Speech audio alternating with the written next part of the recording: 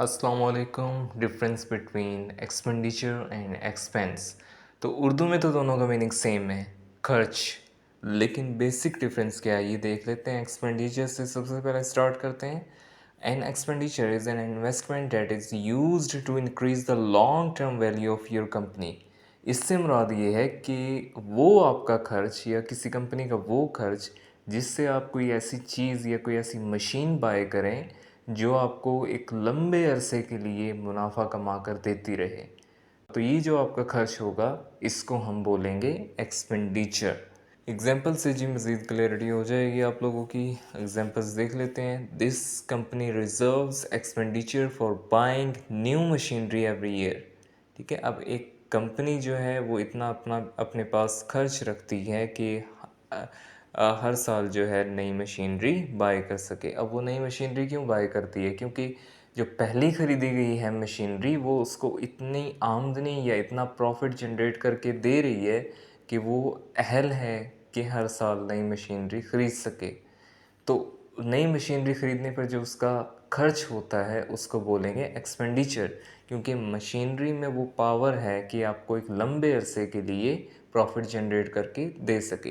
यहाँ पर मैंने एक साल लिखा है, लेकिन मशीन्स तो आपको पता है कि साल साल चलती हैं, बहुत लंबे अरसे के लिए चलती हैं। इसी तरह एक और एग्जांपल अगर हम देखें तो this shop is making a lot of profit but it was built with very little expenditure.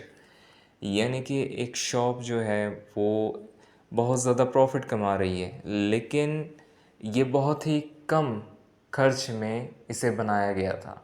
ठीक है, यानी यही शॉप का हिसाब है ना कि आप शॉप ख़रीदते हैं तो आप एक लंबे अरसे के लिए उसे चलाते हैं, 20 साल के लिए, 30 साल के लिए या 50 साल के लिए, फिर इससे भी ज़्यादा के लिए।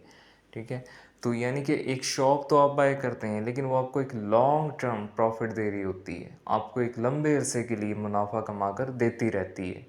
तो इस चीज़ पर, ये शॉप ख़रीदने पर जो आपका खर्च हुआ है वो एक्सपेंस नहीं होगा बल्कि वो एक्सपेंडिचर होगा, क्योंकि शॉप एक ऐसी चीज़ है जो एक लंबे अरसे के लिए आपको आमदनी देती रहेगी। तो एक्सपेंस जो है वो इसका ऑपोजिट है। कैसे? Expenses are the most immediate metric for measuring the short term financial health of your business. यानी ये शॉर्ट टर्म के लिए है, एक्सपेंडिचर लॉन्ग टर्म के लिए था और एक्सपेंस जो है वो शॉर्ट टर्म के लिए है। इससे मुराद ये है कि जो आपका खर्च है वो कोई ऐसी चीज़ ख़रीदने में है कि जो चीज़ आपको साल साल नहीं मुनाफा कमा के देगी, बल्कि ऑन द स्पॉट उसी वक्त आपकी कोई ना कोई ज़रूरत पूरी कर देगी। ऑन द स्पॉट आपको फ़ायदा होगा, साल साल के लिए नहीं होगा, यानी कि लंबे अरसे के लिए नहीं होगा, बल्कि उसी वक्त के लिए आपकी फुलफिलमेंट हो जाएगी। मज़ीद क्लियर ये एग्जांपल से होगा। This hotel reserves a handsome part of expenses for salaries. यानी कि एक होटल एक हैंडसम पार्ट रखता है जी अखराजात का सैलरी देने के लिए। अब देखें, आपके पास सपोज कोई होटल है, उसमें वर्कर्स काम करते हैं, अब आपने उन पर खर्च करना है। कैसे? आप उनको सैलरीज देंगे, लेकिन बदले में वो आपको क्या दे रहे हैं? आपको अपनी सर्विसेज दे रहे हैं, वो आपके पास काम करते हैं। ठीक है, अब वो सर्विसेज जो हैं आपको साला साल नहीं मिल सकती, एक माह की तनख्वाह में आपको हर माह तनख्वाह देनी पड़ेगी, हर माह सैलरी उनकी देनी पड़ेगी। तो फिर जब तक सैलरी आपकी चलती रहेगी वो लोग काम करते रहेंगे। अगर आप सैलरी रोक लेंगे तो वो काम बंद हो जाएगा। लॉन्ग टर्म के लिए तो नहीं है ना कि आपने एक मंथ की सैलरी उन लोगों को पे की है, दी है, और फिर आप कहते हैं कि हमारे पास एक साल के लिए काम करो या 2 साल के लिए। आपका खर्च तो हो रहा है लेकिन शॉर्ट टर्म के लिए हो रहा है, लॉन्ग टर्म के लिए नहीं हो रहा। लॉन्ग टर्म के लिए आप कोई ऐसी मशीन खरीदेंगे कि जो आपको 15 साल के लिए, 20 साल के लिए आपको प्रॉफिट जनरेट करके देगी, तो वो आपका जो खर्च होगा वो एक्सपेंडिचर कहलाएगा, जबकि ये खर्च आपका एक्सपेंस कहलाएगा। तो ये था बेसिक डिफरेंस। एक और एग्जांपल अगर हम देखें तो a lot of expenses are required to decorate this office well. अब ये ऑफिस अच्छी तरह से डेकोरेट करने में, सजाने में बहुत सारा खर्च दरकार है।